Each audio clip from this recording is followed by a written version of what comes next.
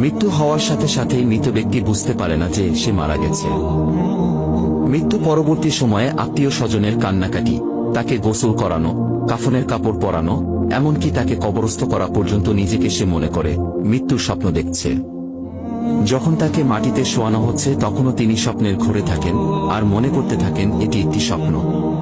তারপরে সে চিৎকার করে, কিন্তু কেউ তার চিৎকার শুনে না। পরে যখন সবাই তাকে কবরের অন্ধকারে ফেলে চলে যায় আর সে মাটির নিচে একা হয়ে যায়, তখন আল্লাহ তার প্রাণ ফিরিয়ে দেন। সে চোখ খুলে তার খারাপ স্বপ্ন থেকে জেগে ওঠে। প্রথমে তিনি খুশি এবং কৃতজ্ঞ হয় এই কারণে যে তিনি যা দেখছিলেন তা কেবল একটি দুঃস্বপ্ন এবং তিনি এখন ঘুম থেকে জেগে আছেন। তারপরে সে তার দেহটি স্পর্শ করতে শুরু করে, যা কেবল একটি সাদা কাপড়ে জড়িয়ে রাখা হয়েছিল। তখন সে অবাক হয়ে বলতে থাকে, আমার শার্ট কোথায়, আমার প্যান্ট কোথায়? এবং সে আরো অবাক হয়ে বলতে থাকে, আমি কোথায়, এই জায়গাটি কোথায়, সর্বত্র ময়লা মাটির গন্ধ কেন, আমি এখানে কি করছি?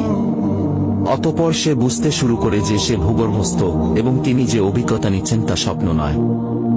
এবং সে আরো বুঝতে পারে যে তিনি সত্যিই মারা গেছেন। তারপরেও তিনি যতটা সম্ভব উচ্চস্বরে চিৎকার করতে থাকেন এবং তার স্বজনদের ডাকতে থাকেন যারা তার উপকারে আসতে পারে, কিন্তু তাকে কেউ উত্তর দেয় না। অতঃপর সে মনে করে যে এই মুহূর্তে কেবলমাত্র আশা মহান আল্লাহর কাছে। আল্লাহর কাছে ক্ষমা প্রার্থনা করার সময় সে কেঁদে ও মিনতি করে বলতে থাকেন, হে আল্লাহ, আমাকে ক্ষমা করুন, আমাকে ক্ষমা করুন। তিনি একটি অবিশ্বাস্য ভয় নিয়ে চিৎকার করেন যা তার জীবদ্দশায় তিনি এর আগে কখনো অনুভব করেনি। যদি তিনি একজন ভালো ব্যক্তি হন, তাহলে হাসি মুখে দুজন ফেরেশতা তাকে সান্ত্বনা দেওয়ার জন্য তাকে সর্বোত্তম সেবা করবেন।